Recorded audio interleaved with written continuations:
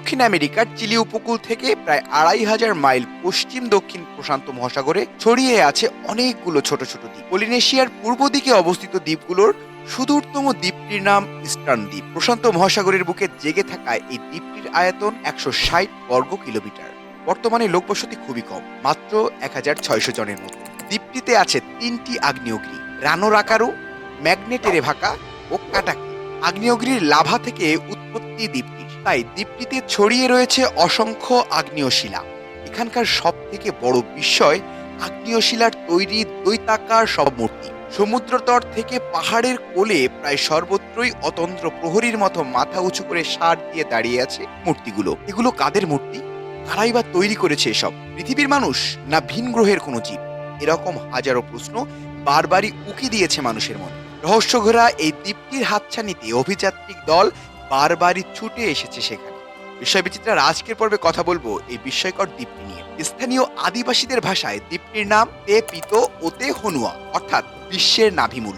বিশ্বের বিভিন্ন প্রান্তের মানুষের কাছে অবশ্য এই দ্বীপটির পরিচিতি ইস্টার্ন আইল্যান্ড নামে। এই নামকরণ হয়েছে প্রায় ৩০০ বছর আগে। একটি অভিযান থেকেই এই নামের উৎপত্তি। ১৭২২ খ্রিস্টাব্দে অ্যাডমিরাল জেকব রোগেভিনের নেতৃত্বে একজন ইউরোপীয় অভিযাত্রিক দল নিয়ে একটি জাহাজ এই দ্বীপটিতে এসে পৌঁছালো। সেদিন ছিল ইস্টার ডে। সেই দিনটির নাম অনুসারে এই আইল্যান্ডের নাম রাখা হয় ইস্টার্ন আইল্যান্ড। ইউরোপীয় অভিযাত্রিক হিসেবে তারাই প্রথম এই দ্বীপটিতে পা রেখেছিল। জনবিরল এই দ্বীপটির প্রায় সর্বত্রই ছড়িয়ে থাকা এই দৈত্যাকার পাষাণগুলো আজও বিস্ময় জাগায়। বহু শতাব্দী ধরে এর নির্মাণ কৌশল রহস্যাবৃত ছিল, ফলে এগুলোকে নিয়ে সৃষ্টি হয়েছিল নানা রকম কাল্পনিক গল্প। রহস্যের উদ্ঘাটন করতে অনেক অভিযাত্রীকে পাড়ি জমিয়েছিল এই দ্বীপ। এদের মধ্যে স্পেনীয় নাবিক ফিলিপ গঞ্জালেস এবং ফরাসি অ্যাডমিরাল লা ফ্রাজোয়া লা পেরোজ এর নাম উল্লেখযোগ্য।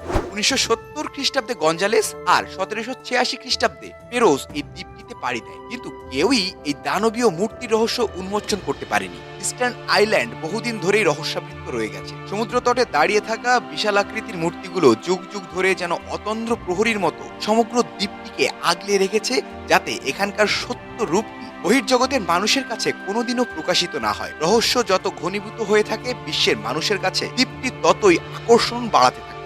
এই আকর্ষণেই নরওয়ের প্রখ্যাত প্রত্নতাত্ত্বিক থর হেডেরডান ১৯৫৬ খ্রিস্টাব্দে ইস্টার আইল্যান্ডে এসে উপস্থিত হন। কিন্তু আসার পরের গল্পটি বিস্ময় বিচিত্রা তার পরের পর্বে আলোচনা করবে। বিস্ময়কর এই দ্বীপটি ঘেরার অজানা গল্প এই পর্যন্তই। পরবর্তী পর্বে এই সমস্ত বিষয়ের দ্বার খুলবে টিম বিস্ময় বিচিত্রা। সেই পর্যন্ত সাবস্ক্রাইব করে আমাদের সঙ্গেই থাকুন।